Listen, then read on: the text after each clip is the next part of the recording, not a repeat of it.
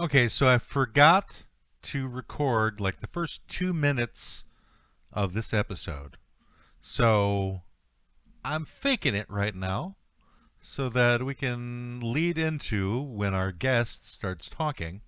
So just pretend like this is not a mistake and I didn't screw anything up. Can you do that? Can you do it for me? I'd appreciate it. Let's start the show. You've just entered the law offices of Quibble, Squabble, and Bicker. If you've come for actual legal advice, you need to turn right around, honey. You need to get out of here, 'cause you ain't gonna get none of that. They quibble, and they squabble, and they bicker. But if you want to hear meaningless opinions, this is the right place. They got plenty of that. Stuff that makes no sense at all. They go off on tangents. It's crazy talk. If that's your thing, keep listening. They'll keep talking. Oh no no, oh no no, it's another episode of the law offices of Quibble, Squabble, and Bicker. You've entered the law offices of Quibble, Squabble, and Bicker.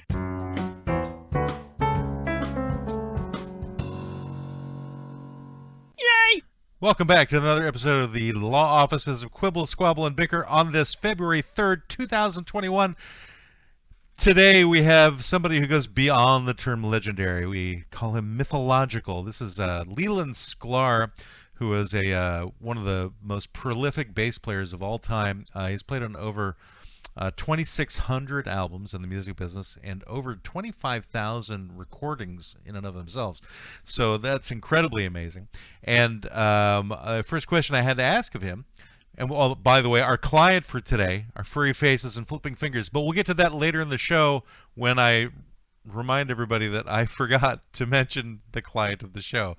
So without further ado, Leland Sklar is going to talk a little bit about one of the most dangerous things that happened to him while he was performing. So here it outdoor venue and it's raining and the chance of getting electrocuted is I mean, from a serious standpoint, yeah, there's been a few times where I've been knocked on my ass on stage by bad grounding, and some water got on stage and walked up to a mic, and it arced, and boom, down you go. It can be real scary. Or we've had pieces of staging fall, like a light might fall from a piece of rigging, and from 20, 30 feet up in the air. That could be pretty dangerous. I heard the guys in Air Supply are pretty tough customers. Did they ever threaten you? Did you ever feel scared being around them? No, I could care less. They're a bunch of pussies.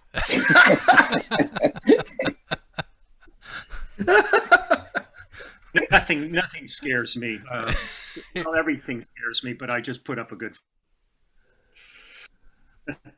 Sorry, I just got stunned because it looks like the people who are going to be working my yard just showed up, which means that I have the potential of having lawn mowing going on while this happens. It's great. It's so great to have the sound of blowers and weed whackers going, And me chewing. It's one of the reasons why I wear a headset as opposed to having a regular microphone, is because of that very potential problem. So hopefully a lot of that noise will get filtered out. So I understand that you grew up in. Did you grow up in Milwaukee, Wisconsin, or you just were born there and moved at a young age to California, and then? Yeah, I was born in Milwaukee. Uh-oh. A little over going on 5. I was like 4.5 when we moved to LA. My dad got offered a teaching job. He had a lot of different jobs back in Milwaukee, but one of the things he did was he was a high school teacher. And he got offered a gig out here and took it. He got offered 2 gigs, one here and the other was in Hawaii. But back in those days, Hawaii was like so remote that he decided that LA would be the place to stop. Man, you could have grew up in Hawaii. Yeah, that kind of sucks. Yeah, no kidding. Well, I think he has the opportunity to go to Hawaii whenever he wants to now, Greg. Not really. Who's going anywhere anymore? Right. Yeah. Well, that's a good point. I'm lucky to get to the store, I'm just happy to get to the bathroom. Well, it seems like you've got somebody in your room there that might prevent you from getting there. Yeah, what's the story with the creepy guy behind you? He's encouraging people to wear their masks. So he's got his wrecking crew mask on. because Denny Tedesco is doing a documentary film about our band right now, and he did the Wrecking Crew movie, so I got some swag off of him. But Oh, this guy, he was.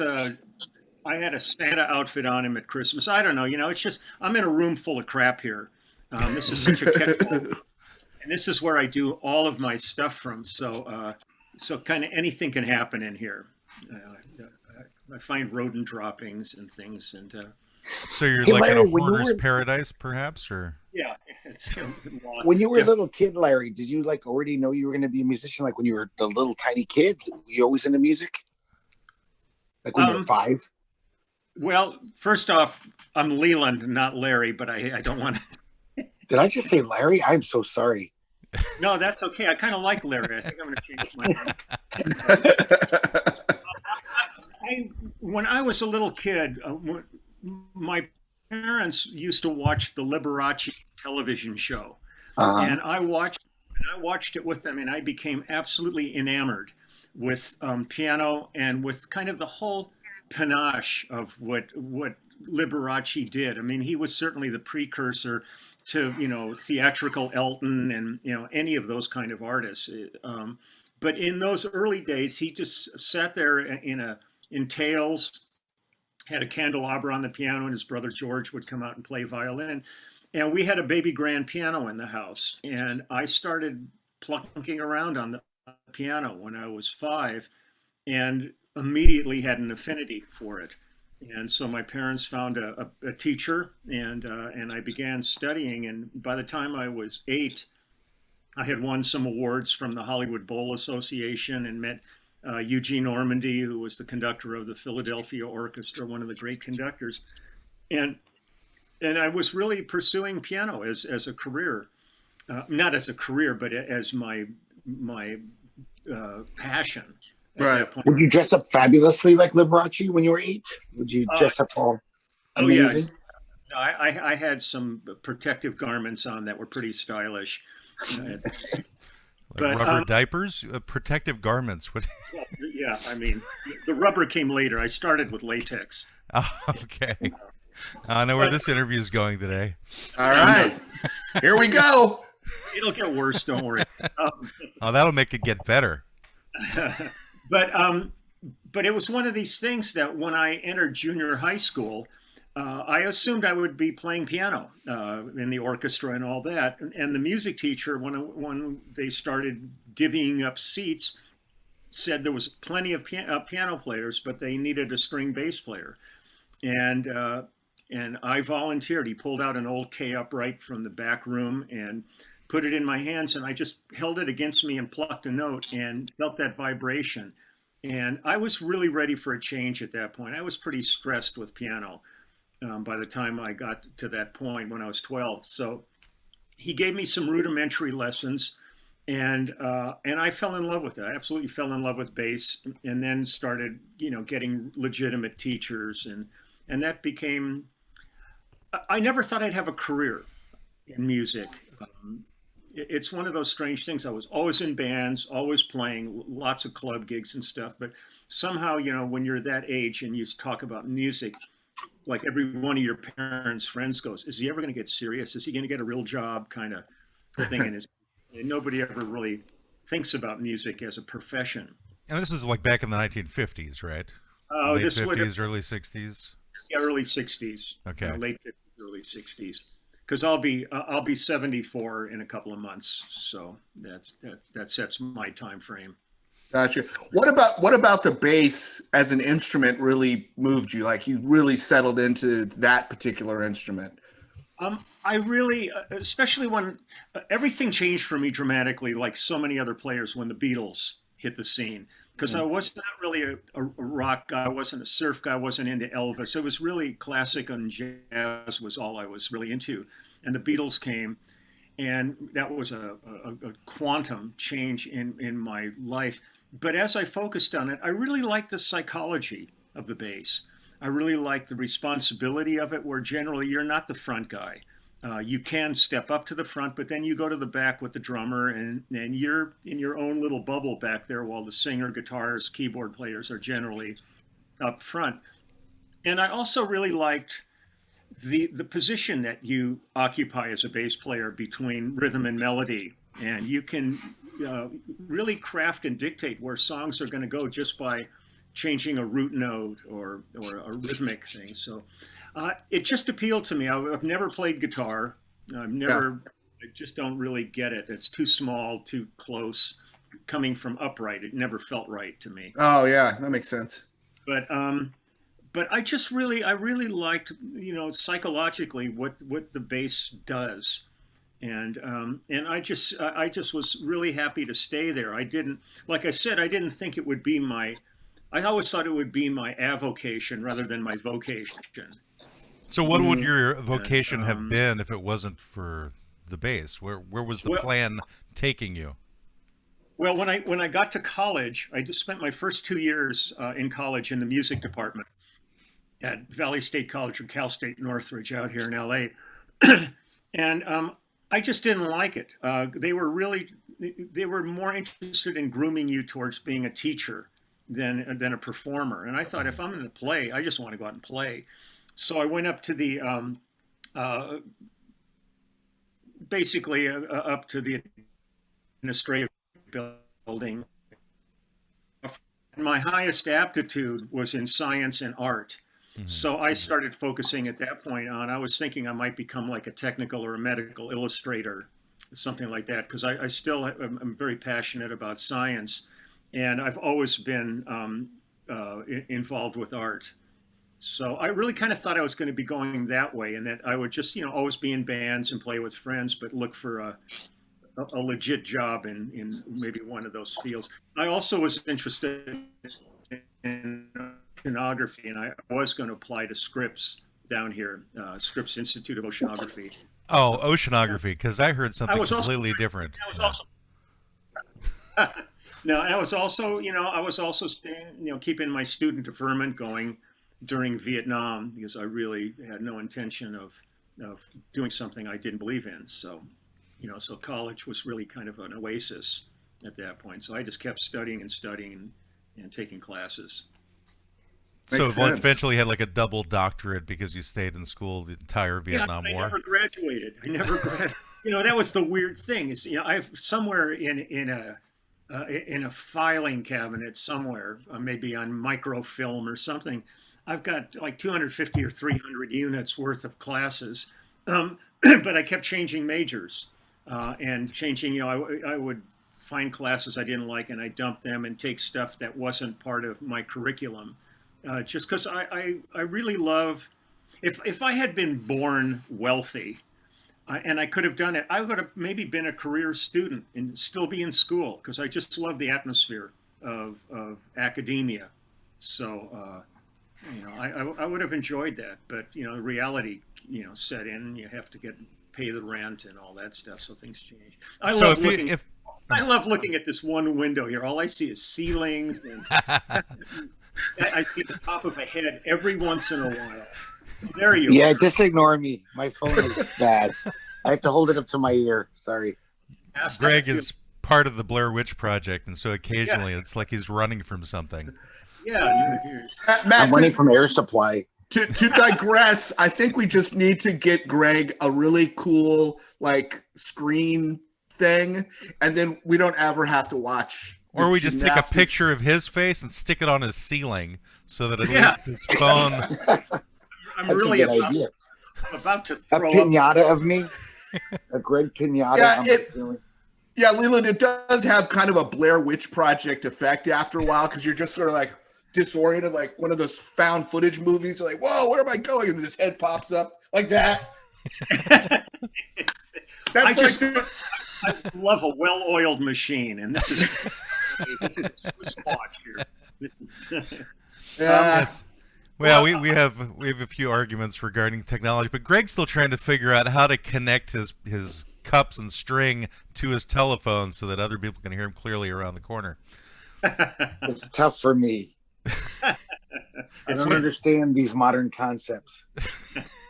I could continue on my diatribe, but if you want to ask a question and then we'll continue on. Well, I had a question because you were saying that music would have been an avocation instead of a vocation. So have you flipped it? Do you now like go in? Do you on the side as a hobby do medical illustrations and work in oceanography just as for the heck of it?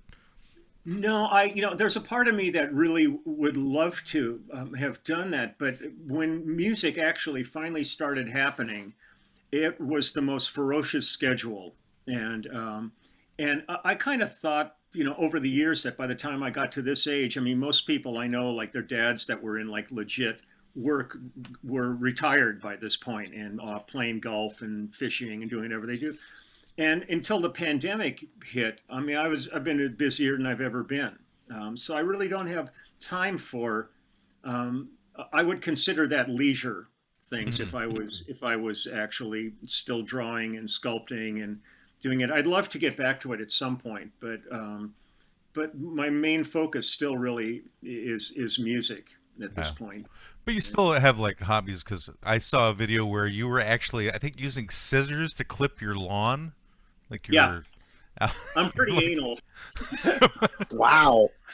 Like the grass has to be perfect in certain areas. Well, certainly the edging. I've Yeah. got a big piece of property, and it's kind of like a wild English garden, but like where things are edged, I want them really right. I mean, if you go around with like a weed whacker or something, it just tears it all up. So I've got a good garden clipper, and I just get out there, and man, it's just I zone out. It's zen to me. It's like it's my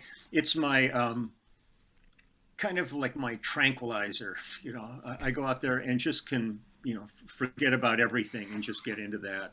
So it's not like you see a loose blade of grass and you just start getting really, really angry that it's growing where it's not supposed to be growing, and you start screaming at the grass, and then you like attack it.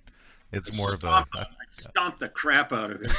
No, it's one of those things. I'm pretty ADD, ADHD, and all those alphabetical maladies, and so I can get really focused on like weeding and things like that, and make sure there's no roots left or anything in there. And 8 hours can go by pretty quickly with that. And you also have, well, I think it's a Model T hot rod that Yeah. is another one of your. Is just the one that you have, or do you have a multitude of these hot rods? I used to have a bunch of cars, and I realized that it's really a rich man's sport, and they were all suffering from neglect because I just couldn't do all of them, and I couldn't have them indoors. I had the hot rod is in a garage, but everything else was under covers and stuff. And I'd go out and check them out, and there would be like mildew starting to form on the interior, and I finally said to hell with this and sold everything. And I have the hot rod here, but that's the only thing I kept out of the whole bunch. That was the first one I got. And But you're able to keep that inside, so that makes it easy. Yeah. So it's protected, and it is Well, it's in his house. What? yeah, it's in the living room. No, Of course. but Good place for a hot rod. it's a hell of a scary ride. Anybody that goes for a ride in it, it's a white knuckler, that's for sure, because it weighs about the same as a smart car, and it has 1,000 horsepower. Oh So- my! So you could go into orbit. Oh yeah, no, you could not get a straight pin up your butt. Your sphincter would be so tight.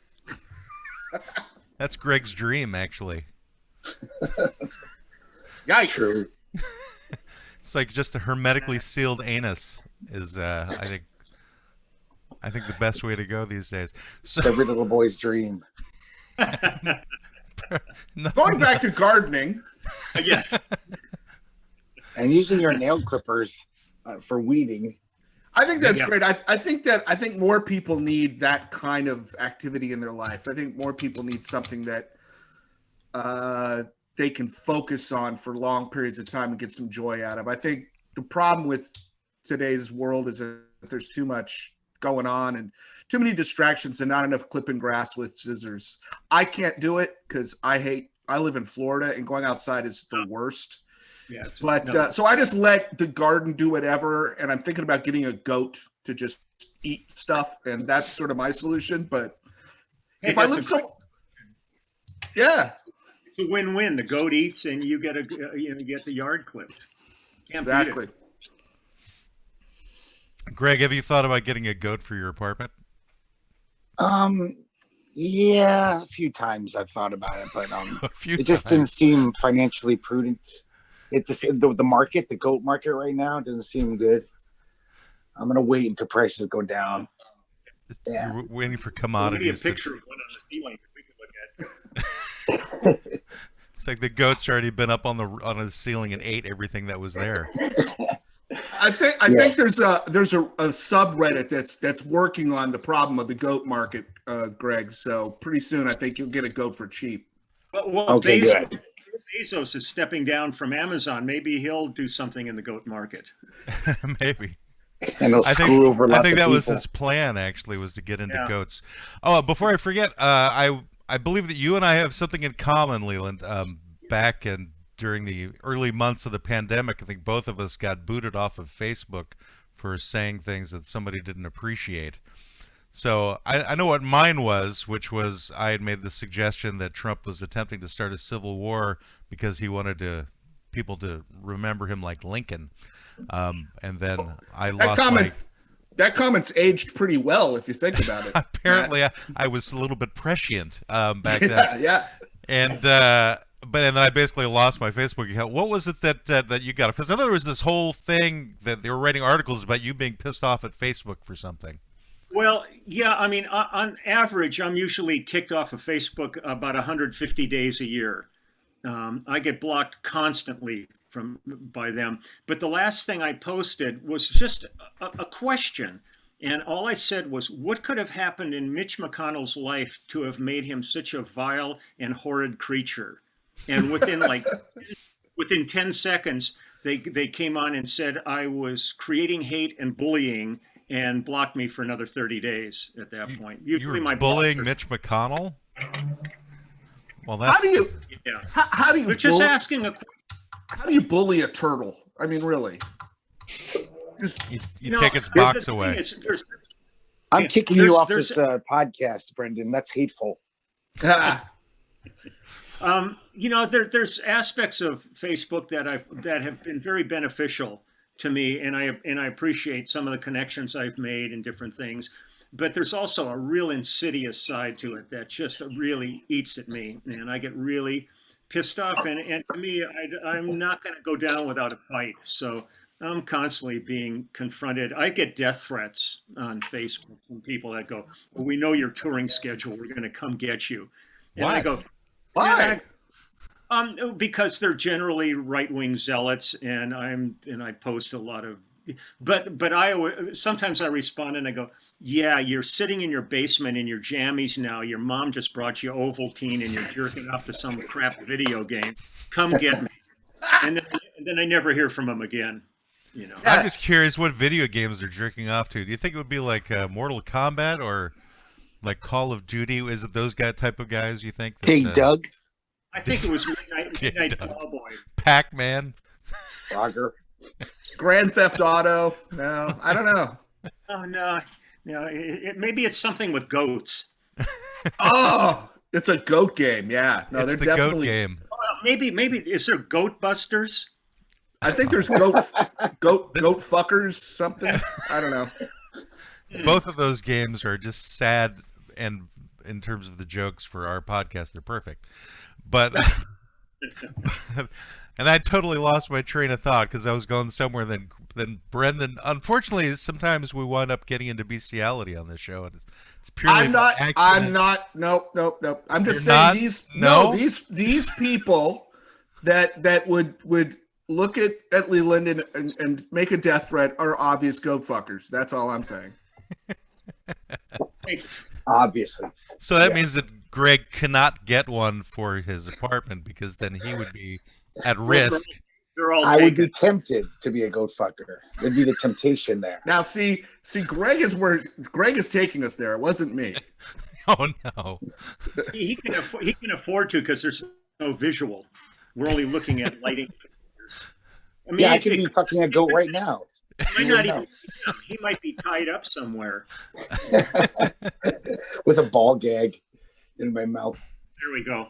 And let me join in here. Yeah. Oh. Let's all just do pictures of our ceiling. And there's the Yeah. door. That's quite a ceiling. That's a finger over there. That's what we got. Impressive. That's a stairwell or something. Yeah. Brendan, in case you didn't know, Andrew Yang did not win the nomination. I saw the sign on your wall there. Don't care. Should have. If you know, it was him, and then it was Bernie, and then we got a guy that's, practically, losing it. I'm sorry. Where in Florida are you? I'm in Tampa. The ass crack of Florida. Yeah, I'm in the Tampa area. So I'm in Clearwater, which is on the beach side by the Gulf. Yeah. No, I was just curious because we would spend a lot of time because when we were working with Phil Collins and rehearsing, he lived in Miami, so I was just wondering what part of. Oh yeah, no. I live in the central weird part where it's like South Pinellas County, where I live, is like very Democratic, and then you drive 30 miles north and there's Proud Boy rallies, and it's a weird, and I'm somewhere in the middle of all of that. Yeah. Cool. The odd thing is that Greg and I both hearken from the East Coast, but we live on the West Coast, and Brendan is originally from the West Coast and lives on the East Coast.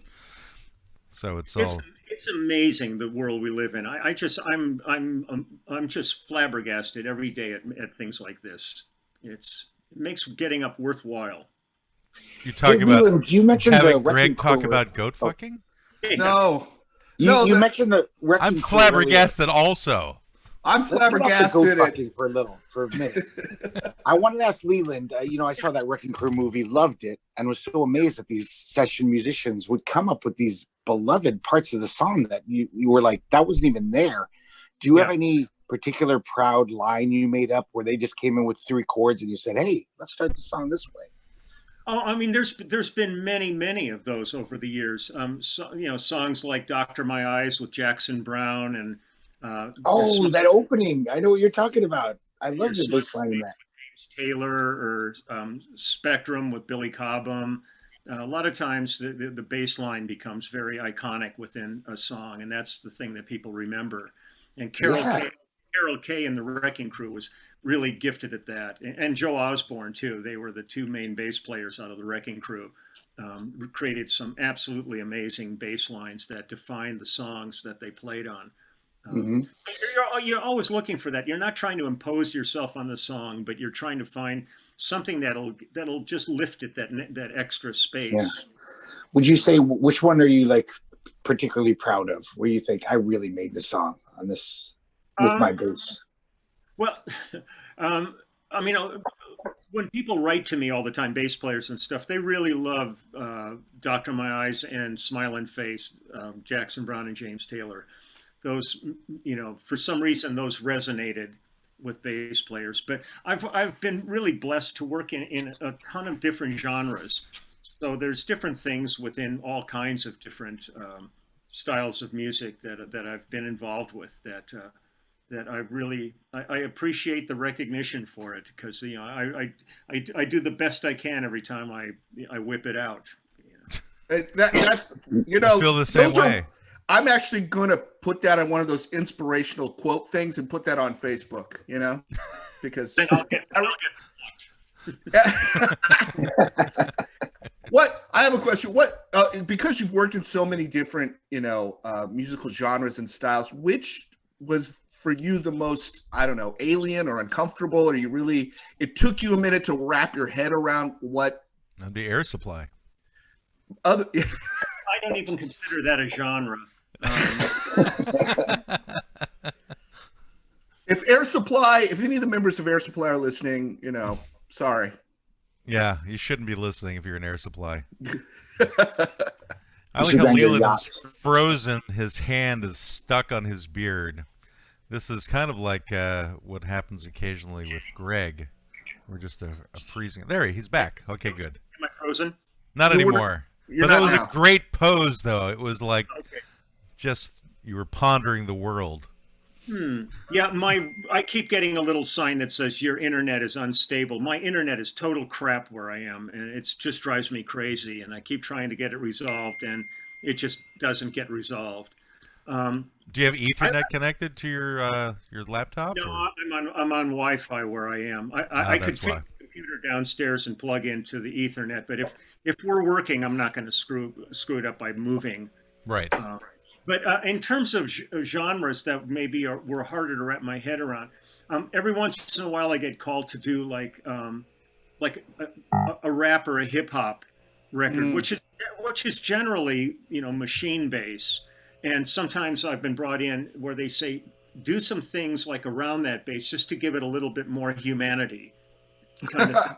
Really? And Wow. which and it's a legitimate challenge to do those kind of things because there's already a defined part, and you're trying to find something that can just kind of give it a little bit of schmutz on it. Right. So sometimes that's been, and it's not difficult, but it's a little out of the norm. Where if I'm doing jazz or country or metal or rock or whatever, that's pretty defined for me, and I know what to do when I get in there.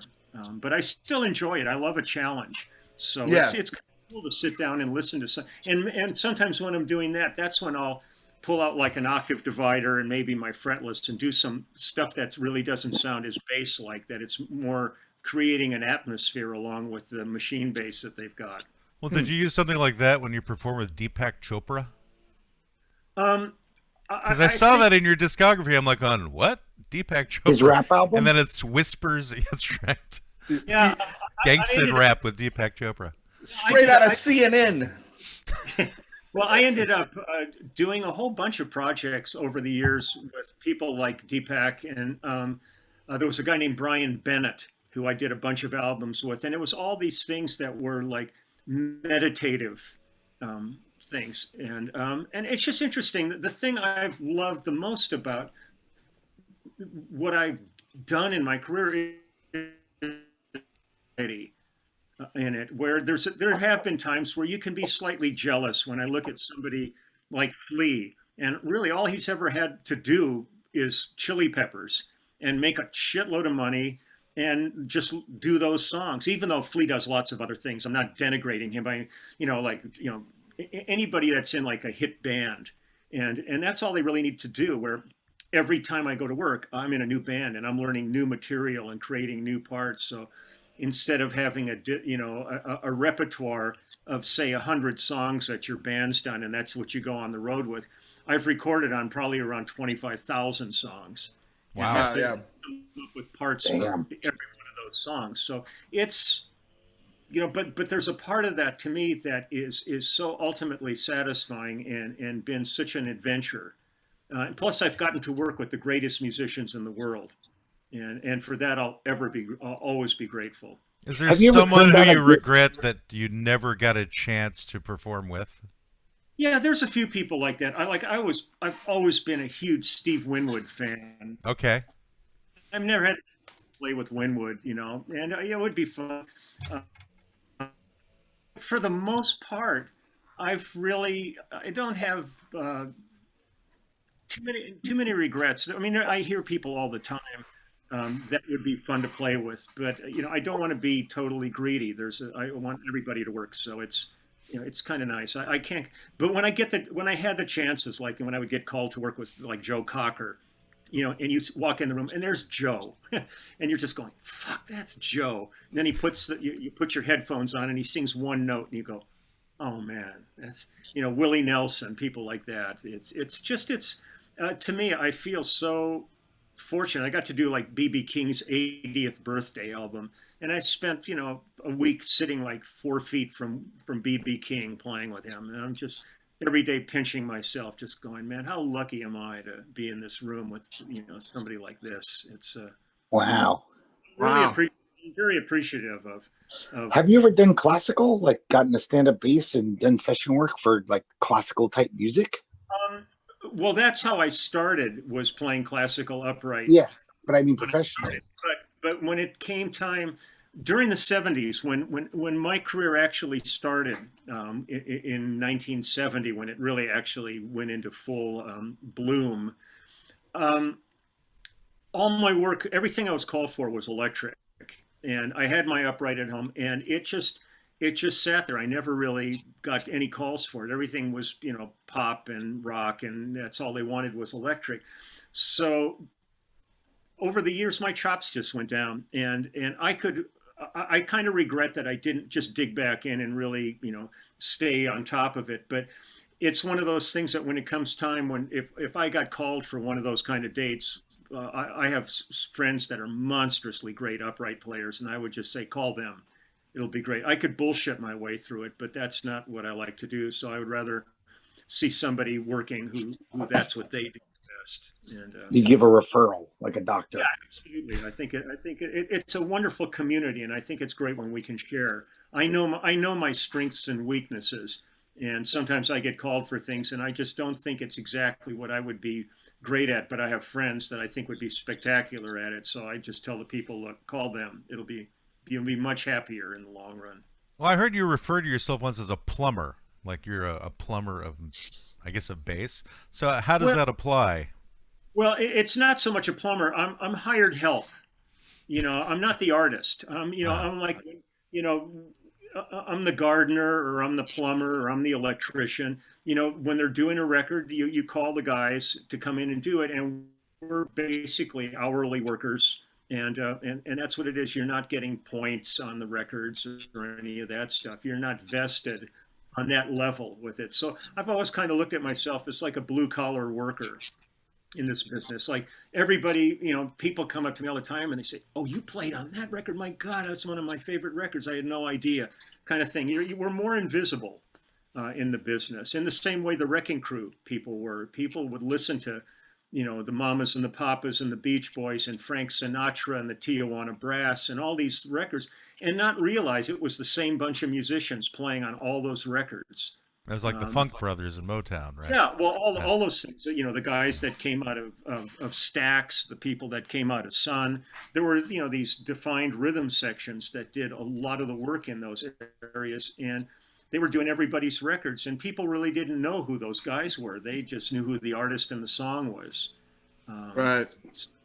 So you these know, various and documentaries that were like highlighted these different yeah, session well, groups, I think that that's was, helped you out a lot, probably giving you a little more recognition. well, what'll be interesting is to see how the documentary that's being made right now about our group turns out. And Denny Tedesco, who made the Wrecking Crew movie, is making the documentary about our group, the immediate family.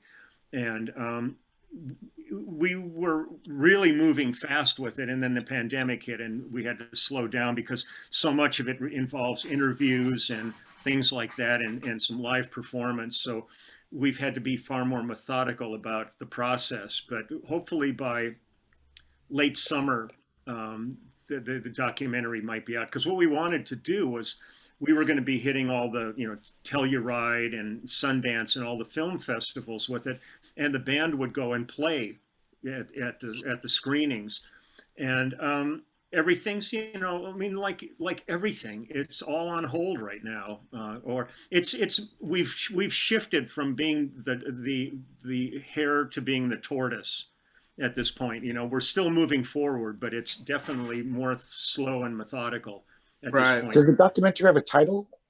It's going to be Already? called the Immediate Family, which is the name of our group, and Okay. the band. Back in the early '70s, we ended up with a band called the Section, which was Russ Kunkel, Danny Korchmar, Craig Durkee, and myself. And we played with James Taylor and Jackson Brown, and we had our own albums, and we would go on the road with those guys and open the shows and then play with them. But we were more of a rock fusion group. But these many years later, Danny Korchmar got offered a deal with a label called Vivid Records out of Japan, and to do a solo album. And when he came time to do the album, he ended up calling us, because we've all played together over all the decades, and we've recorded on tons of projects together. So Cooch called me and Russ and Cooch? Wachtel. Danny Korchmar. Okay. I was like, I didn't know they could use phones. Anyway, go ahead.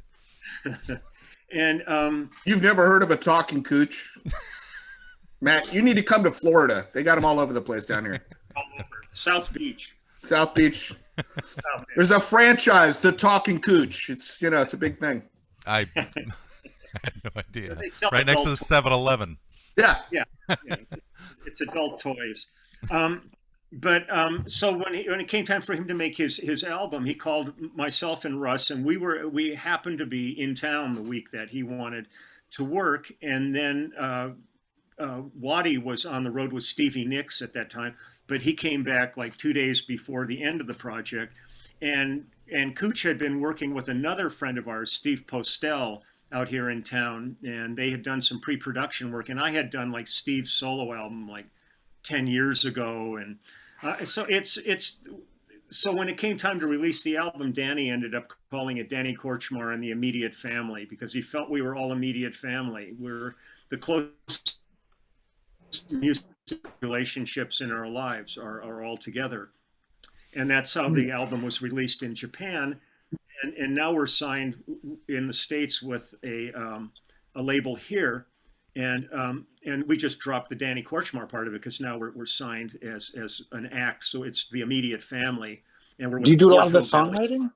Do you write the songs? You guys all write the songs? Yeah, it's all original material. The main writing is Cooch and Waddy and Postel, Steve Postel. I spent the past 2.5 years pretty much on the road with Phil Collins doing his Not Dead Yet tour. And so a lot of the work that we did for the album that's sitting in the can right now, waiting to be released, was written while I was gone on the road. And Russ has contributed, Kunkel has contributed to the writing too. I'm not much of a writer. I enjoy being involved in arranging and things like that, but we're really fortunate to have really great songwriters within the group. And it was really funny, like when we started gigging, we would tell people we're a cover band that only plays originals, which is really what we because Cooch wrote, like Dirty Laundry, and all she wants to do is dance with Henley, and Machine Gun Kelly with James Taylor, and Waddy was involved. He co-wrote Werewolves of London with Warren Zevon, and all kinds of stuff. So the songwriting in the group is really, really strong, and we're doing. We've had this album that was supposed to be released in November, but because of the pandemic, it's sitting waiting. So we've been releasing EPs and videos, and we'll probably try to get the album out with the documentary film, try to maybe work them together. And we're going to studio, because the creative process doesn't end, and I think we're going to go ahead and make another album for probably and release that at the end of the year or the beginning of next year. So we're in a holding pattern on certain things, but the creative process is ongoing daily.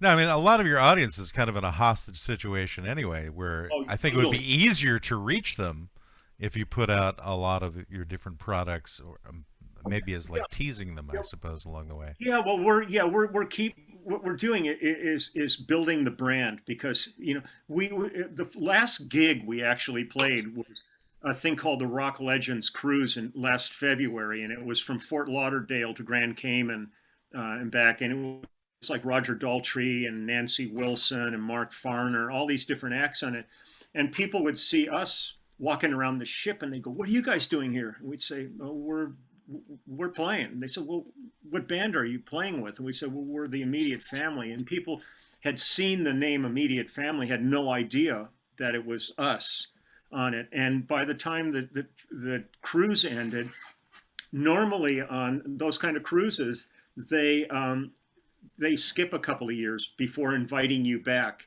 because they try to do turnovers in the artists that come, because generally the people that come on these cruises book like the next 5 cruises kind of thing. That's their thing, is going on these.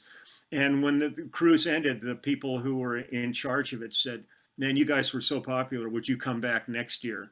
And we were supposed to be going out in February this month with doing the cruise again. But needless to say, that's been canceled till next year. at least. I mean, everything's in a holding pattern at this point. Yeah. I mean, I was absolutely furious when like Sammy Hagar and Clapton and some of these people have been saying, "Oh, we got to open up those concerts again," and I'm sitting here going, "Fuck you," this is bullshit. Because who's the safest person if you did a concert like that? You would be coddled and taken to your spot on stage and then taken away. Man, what about the audience that's packed like sardines, and not masked and all? Right. It's not a note I would ever play that's worth somebody's life. And so it's going to be a while before we see live music again. I mean, they really have to focus on getting the population healthy. Yeah, those cruise ships are like Petri dishes for COVID. Oh, yeah. It's ridiculous for any of that stuff. But almost even a small club, and then the viability of a club that say holds 100 people, but they're only going to let 20 in. I mean, we have to be smart about this and know that this is going to hurt. I'm just praying for the small venues that they can survive this. Big venues, arenas, all that stuff. They're bringing in crowdless basketball and different sports and stuff, and stadiums are, playing football and all that with cardboard cutouts of people in the stands. Well, what Brendan is, it's basically like COVID never happened over there in Florida. It's like it's just a free-for-all. Whereas here in Portland, Oregon area, restaurants are just shutting down. That's a little unfair. Well, that's how you described it. I'm not saying it's completely free for all, but it's definitely less restrictive here than in other places. Did you say you went to a monster truck rally last week? Oh yeah, you know me. I'm a big monster truck rally guy, and I just went through the crowd, wiping my nose on the back of everyone's neck as a sign of solidarity against the oppressive, shape-shifting lizard people. The hoax. You're speaking truth to power, man. Yeah, I think if you're going to go there, really just go there. A lot of, you're just hawking some greenies. Yeah, exactly. Yeah. A lot of lick your palm and then high five everybody. I think hawking some greenies, wasn't that done at like Grateful Dead concerts though? They were one of my favorite. They and Strawberry Alarm Clock were two of my favorite bands. That's an interesting combination of bands to be your favorite. Those two, they're quite different. Yeah. Well, I'm like a cross-dresser when it comes to music. That's okay. Yeah, I'm just a cross-dresser when it comes to dressing. What? I'm a cross-dresser when it comes to dressing. Well, you dress like either hobo chic or tramp chic, Greg. I don't know what you're talking about. Yeah, but sometimes it's a little more feminine. I have a little flourish that's more feminine. You have like phrase and the hefty bag that you're wearing is a skirt? Yeah, exactly. I assumed that the cross-dressing meant he was just angry when he got dressed. No, it's just like everything that he wears is shaped like a cross. Oh, okay. I kind of am cross-dressing in Portland because I have to put on so many layers every morning. It's this chore. It's like, oh, here's my third sweater. It takes me 5 minutes to get dressed for work. Why do you have to have so many clothes on? Because I walk to work in the cold. It's freezing. So I have to have like two sweaters under my jacket and an unthermal shirt under my T-shirt. So do you get undressed when you get to work? No. Well, I take my jacket off. Okay. But, oh, I realized we never discussed who our client was for today. So we have the legendary Leland Sklar as our guest counsel, but our client was, I totally forgot to mention, is Furry Faces and Flipping Fingers, which is essentially, dealing with facial hair and flipping people off. And the reason this comes from is obviously, Leland's face is hardly seen due to a mass of fur. I think if you could find a way to have the beard up over your head all the time, that would be perfect. You'd be. If I do a handstand, I look like Don King. It's like an aging cousin It. But, yeah, exactly.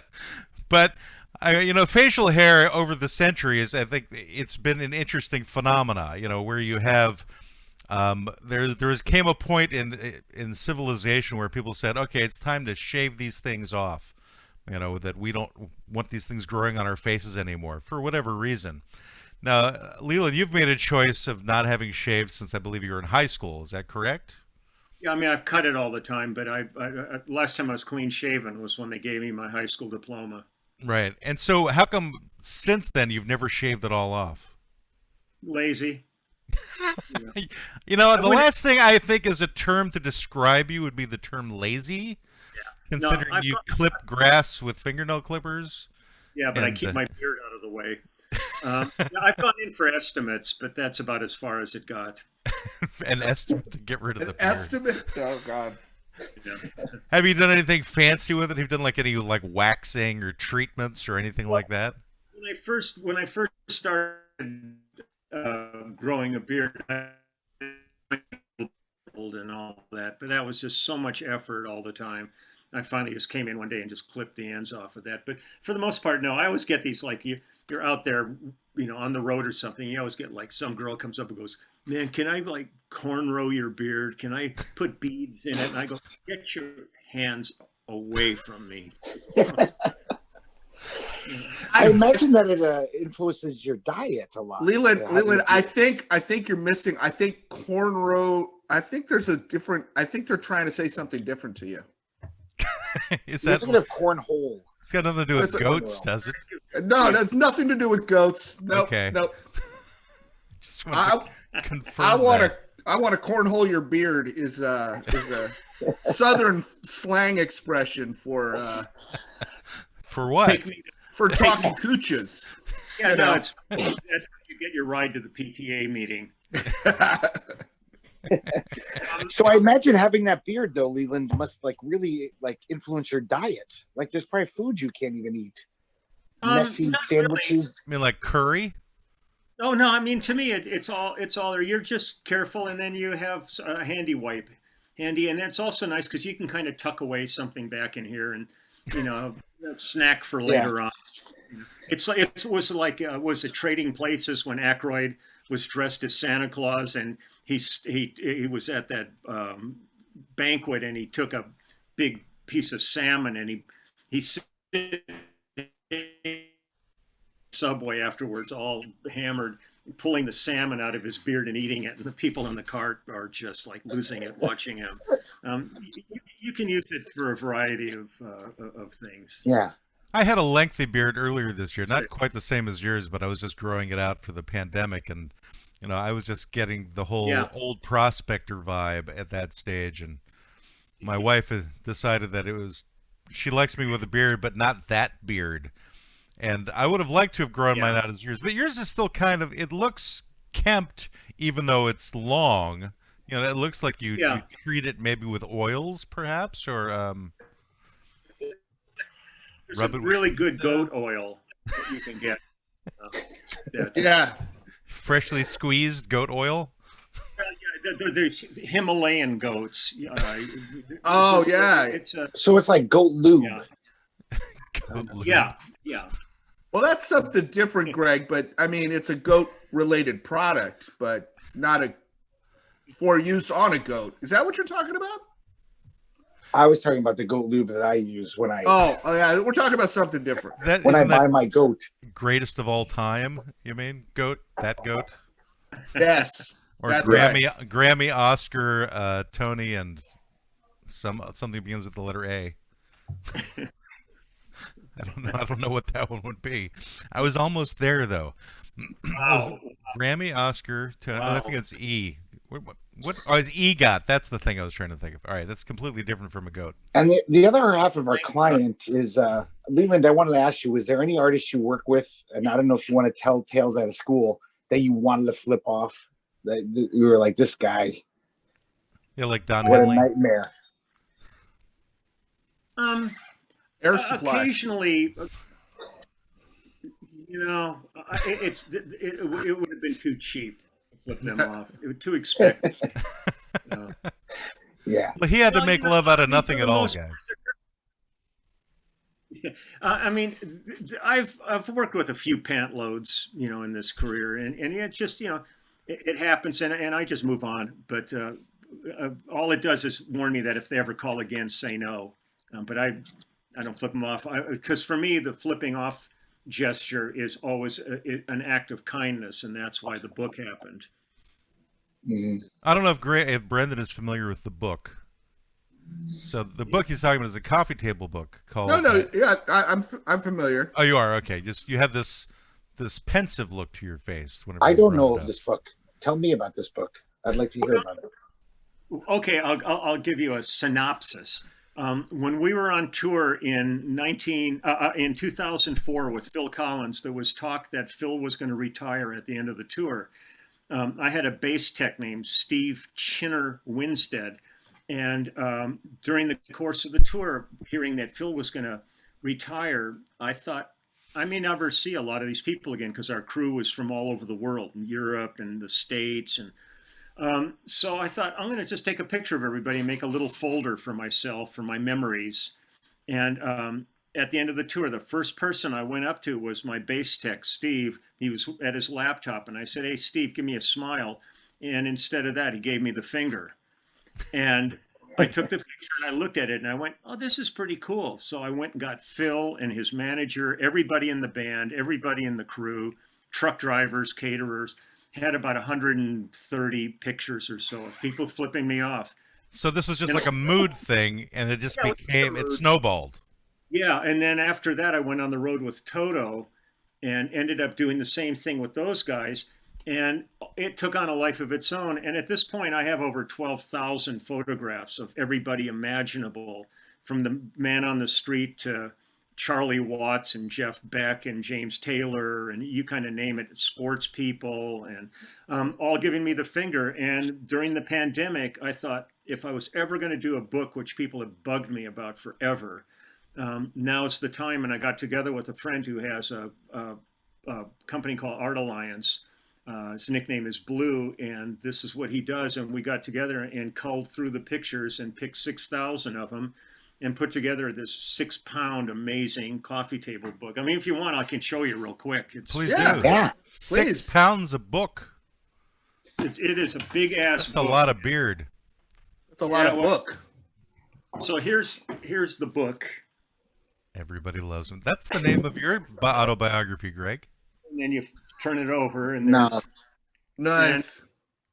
it's just oh yeah, Wow. it's just Nice old ladies flipping you the bird. I love oh, it. yeah, I've got a nun in here flipping me off. Whoa. There's Hans Peter and his family. He owns Warwick Instruments in Germany. Oh, the bass manufacturer. Yeah, the bass manufacturers. Uh. Let me see what I got here. Hold on one sec. That's a lot of pictures of people flipping. You've made so many people happy. Yeah, yeah. There's Flea. Nice. And it's just the thing is a big book. The cover's padded on it. It's a soft cover. It's a hardcover, but with padding on it. Mhm. And So if you I hit suddenly- somebody with it, it's not so bad. Yeah, but it's still going to hurt a lot. Right. But and I put together. I've had this because people kept asking me about, like, who's in this book and stuff. And so I can give you a real quick little thing. I got like Phil Collins, Jackson Brown, Chris Squire.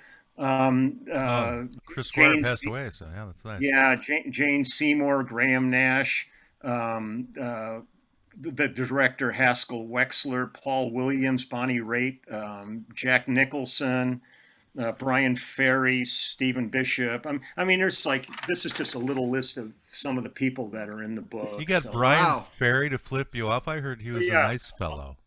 Oh, well, these are all nice. There's nothing adversarial about these fingers. It's not like a fuck you finger. It's not. I always tell people, I said, look, if you're driving down the freeway and there's a carload of guys next to you screaming at you, giving you the finger, it may not be a good situation. This stuff in here, the first page in the book is all babies giving the finger. So you know, How do you get the baby? the Well, babies to, they don't know yet, but they're just doing. It's just, you know, there's a finite amount of ways. Like when Jack Black gave me the finger, he said you want he said you want balls or no balls on it. But the thing with the book to me is, this is what I look at, is people's faces when you say, "Give me the finger," and all of a sudden you get the entire gamut of human emotion of it, from the most, people going like this to yeah kind of stuff. And everybody who's gotten the book so far absolutely loves it. And Did so the nun do that? Did the nun do that? Yeah. yeah. What was the most unusual finger you saw amongst all of the photographs that you took? Well, I got some. Actually, one of the weirdest ones in there is there was when we played Madison Square Garden with Phil Collins. One of the security guards there, his arm ceased to develop past his elbow. It was like just a nub, but out of the middle of that nub was a tiny little bit of remnant of a finger. So he's going like this with this little tiny nub of a finger sticking out. Wow. There was and then there was some like really great arthritic hands, people, just really bent, and Rudy Sarzo, the bass player with Quiet Riot and Ozzy and stuff. He's got like really funny jointing, so he did it sideways, and his finger like it almost looks like a ladder that's being broken. Did anyone refuse you? Like, was anyone too proper and like, oh, I can't do that. I could never. Yeah, do that. I had out of the 12,000 pictures. Queen Elizabeth. She would have done it in a second.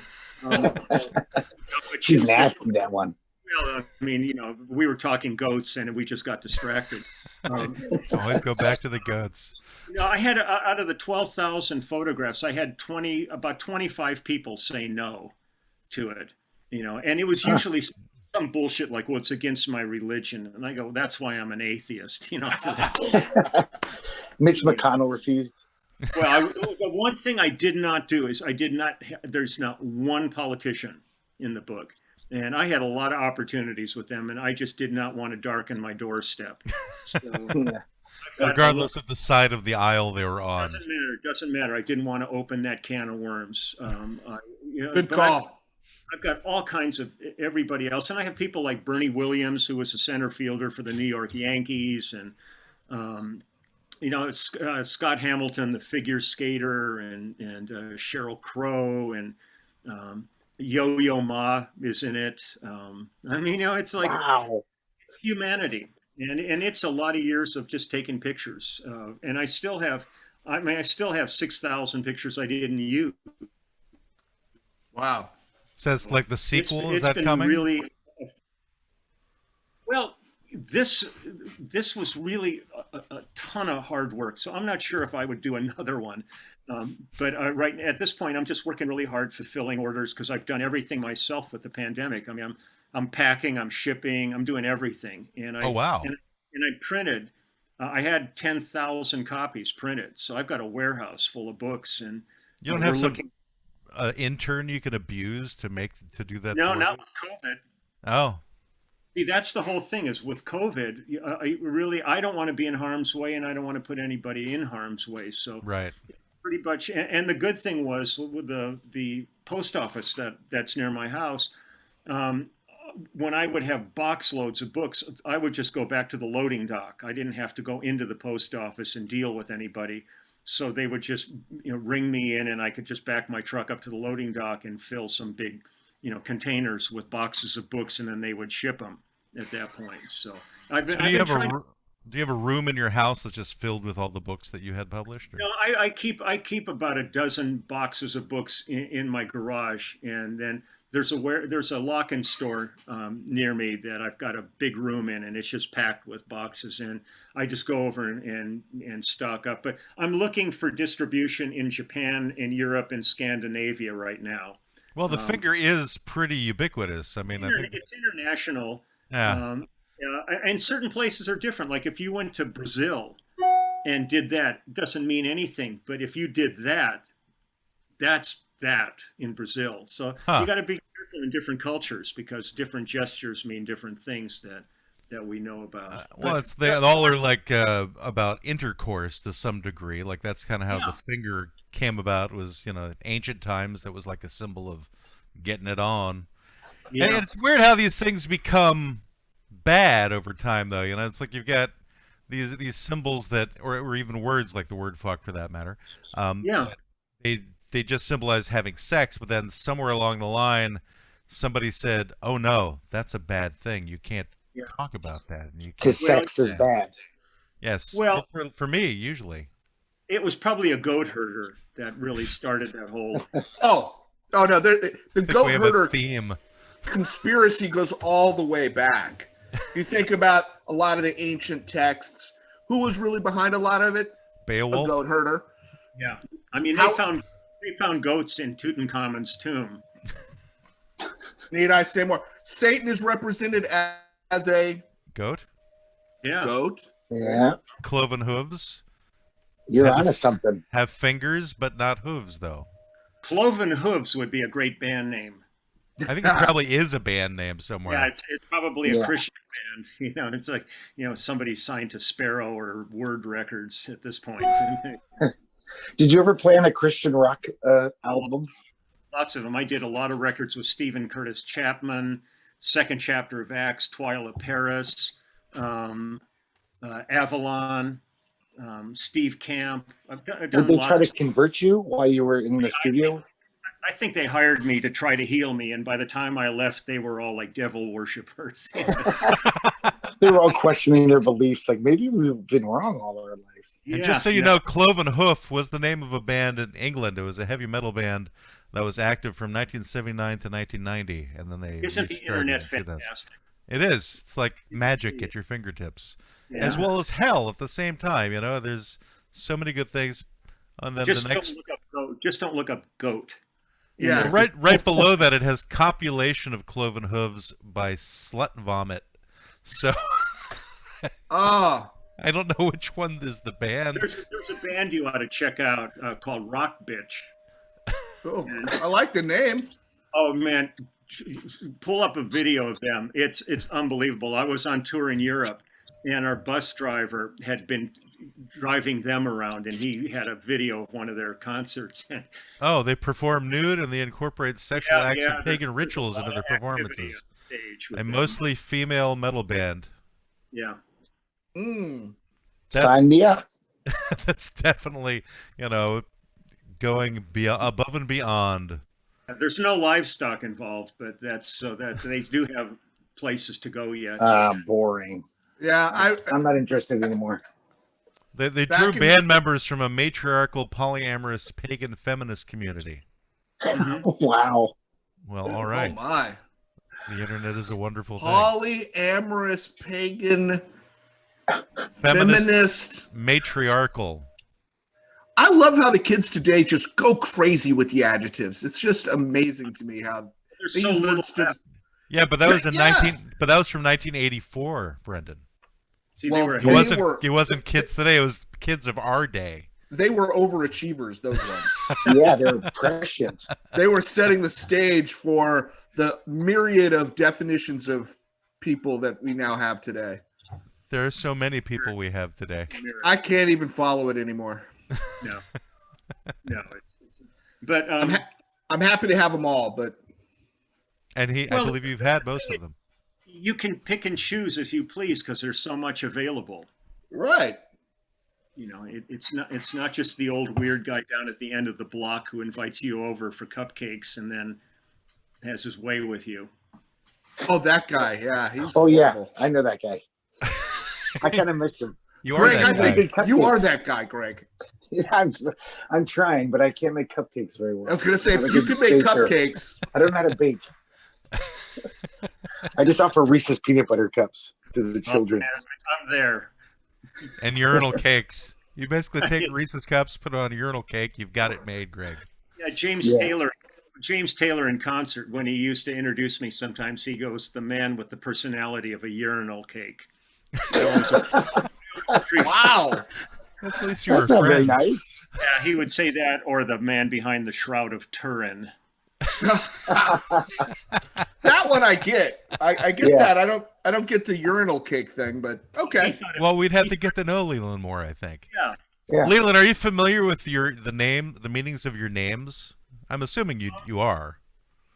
You mean Sklar? You mean? Well, both Leland and Sklar. They have very Yeah, well, specific Sklar, names. that side of my family came from Russia, but apparently it has the same meaning in Scandinavia too, which means glass blower. Uh-huh. And it was interesting. One of the people I tour with is Judith Owen, and she's married to Harry Shearer from Spinal Tap and Oh, no kidding. Okay. Voice. Wow.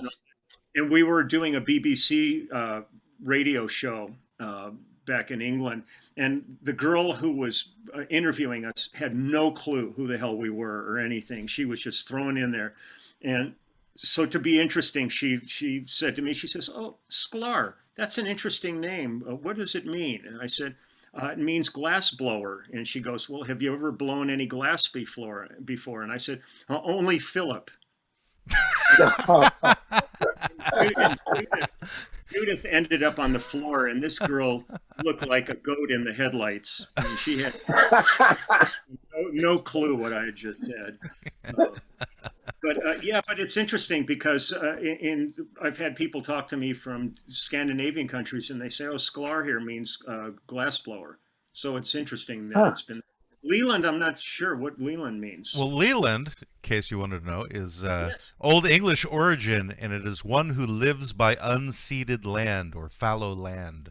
So you could basically be a glass maker on an unseeded land, basically near a plot of dirt, I think. Yeah, but I thought you were going to say in the urinal cake. And it's also similar to Leslie. It's used for women as well, Leland. Oh, okay. It's not just for men. So Not just for men anymore. it's perfect for this era that we live in.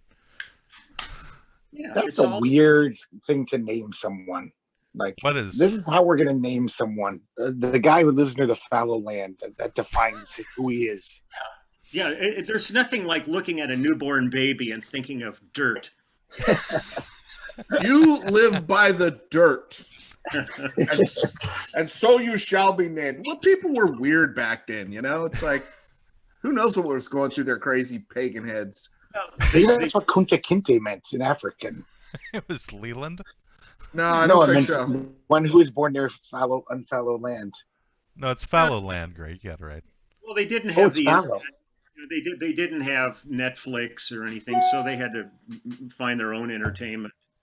Yeah. That's right. So your parents never told you, like, this is why we decided to call you this? But they never spoke to me, ever. They just did animal noises? They just, like, made Yeah, parrot they just- sounds to you? They And just showed me the piano and pointed, and then I left. I was enjoy your life, kid. Yeah, all yours. Here's a piano. Were you an only child? No, I have a sister 2 years younger than me. Who Okay. lives up in Montana. By, like, some unceded land? A lot of unceded land. They got about 100 acres up there. Oh, nice. I was just in Montana over the summer. Yeah, it's beautiful. It was like one of the places I could go where I it had a lower death count for COVID than here, so it was safe to like try and hit some national parks during the pandemic. Yeah, it's scary shit, man. It's unbelievable. But she's doing great.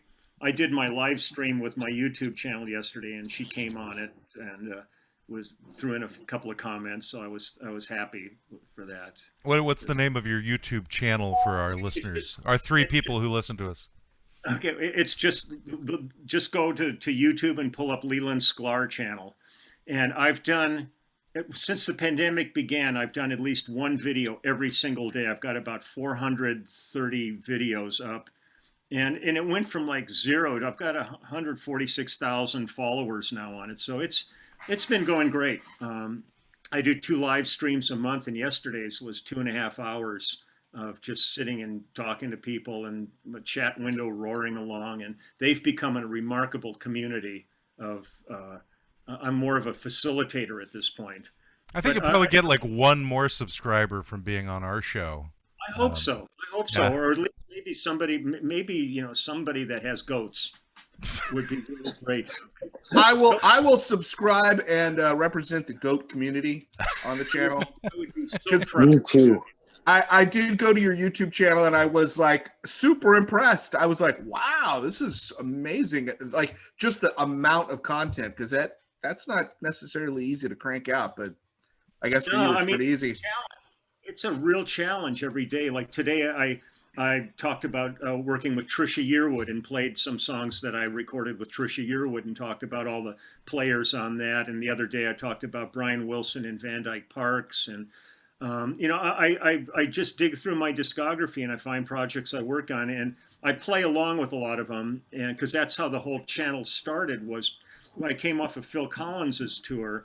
And some bass players wrote to me and they said, we saw the concert, but a lot of our concerts were like stadiums and things like that. And they said, we could hear really good because we have a great front of house mixer, but they said we couldn't hear all the details. So what I ended up doing was getting a board mix of one of our shows from the one we did in Adelaide, Australia. And I plugged in a little Bose speaker into my laptop and I've got an amp on the floor here next to me. And so what I did was I started with the first song of the show, played that song, but played bass over it so you could hear the bass part on top of it. And by the third song, the third day, people started going, "We love your YouTube channel." And I'm going, "What are you talking about?"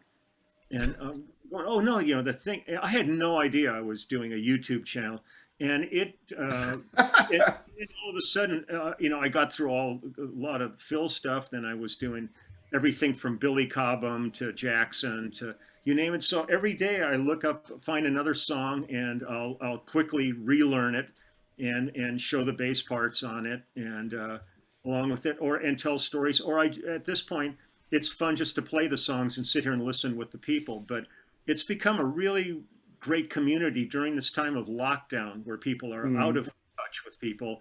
This has really become a real unit, and on Saturday I do one-on-one Skype and FaceTime. So I've got a whole day filled with people that signed on for that, where I sit for like 15 minutes with each person and just shoot the shit with them. Well, whatever you do, don't do any recreations of Don Henley stuff on your YouTube channel. Oh no, I've been down that road already. Okay, because I'm saying they will. I had a YouTube channel. I had over 2,000 videos of it. It was like all new content. Got totally shut down specifically because of the Eagles. Yeah, no, really. Henley. Yeah, but the other day I did a duets album with Reba McEntire, and one of the duets was with Henley, and that stayed on because it's Reba's call. But I remember I did a song called Waterfall with Carly Simon, and when I put that up, Warner's immediately blocked it, and it pissed me off so much that I called Carly and I told her, and she was pissed off. Called her manager, who called Warner Brothers, and he made them unblock it. Jeez. Wow. Just the fact that you guys are on these things and you get blocked too, it just boggles my mind. It's bullshit. And the thing that makes zero sense to me is the fact that I can't monetize any of it. It's all copyright protected, so I'm not making any money. It would only help the label and the artist, because so many of the things I've put up, people said, "I had no idea about that record. I'm going to go out and order it, and I'm going to buy it." And this is to benefit them. Why the hell would you block it? I just don't understand it. Yeah, all the videos I had were basically of karaoke singers. So it's like, and it was all of the videos I put up were all demonetized to start with. I never wanted any money from them, And it was that's not why I got into it. I got into it just because it gave me something to look forward to every day when everything else I was supposed to be doing got shut down. Yeah. So it's given me a reason to share. And so we could flip off the man right now, the man at the publishing companies. You're like a musical sharecropper, basically. You got nothing. You got no rights. Yeah, no, absolutely not. But I didn't want them either. And that's the thing, is I'm just really enjoying the thing that evolved out of this. I think it's become very important. So between the book, the YouTube channel, and our band, I've been busier than I've ever been during this period. I'm not making shit money, but I'm busy and I feel engaged and creative. And that, to me, that's enough at this point.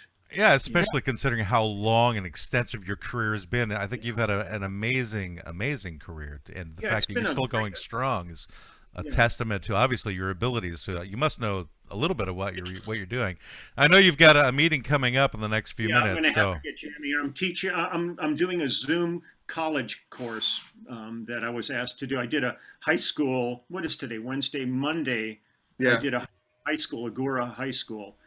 For one of the classes, and I sat and talked to them for an hour and answered questions. And now this is Stanford University or something. They've asked me to come and speak to a class there. So Wow. Well, it's been So an you're gonna absolute honor to have you on. We really appreciate you taking time out of your day. It's really been great. I'll never look at a goat the same way. Your faithfulness and sealing will come to my mind the minute I see a goat. And if you do look at a goat a certain way, make sure you take a picture of it as well. Yes. And make sure you have goat oil. Well, it's kind of like the shepherd out in the field where he's counting his goats and he's going, let's see, 1, 2, 3, 4, 6, 7. Sad stuff. Where's the symbol? Oh, hey, wait, I got one here. Hold on. Oh, by the way, everybody, go to his website. It's www.lelandsklarsbeard.com to buy his book. You can actually get it signed by Leland personally. Yeah, there's an option for signed, personalized. And ask for the goat.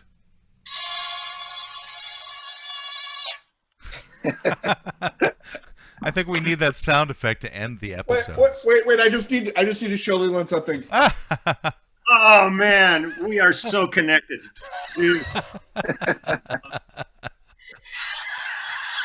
All I have is this paper towel that I was wiping my nose with earlier. Yeah. I think this is one of my favorite ones here. I have this. Yeah, that's a good one. What do we got here? Okay, kids. Classic. All right, we should probably just say thanks, Maria. Thanks, Maria. Thanks, Maria. Maria. Thank you, Leland. Really, it was great having you.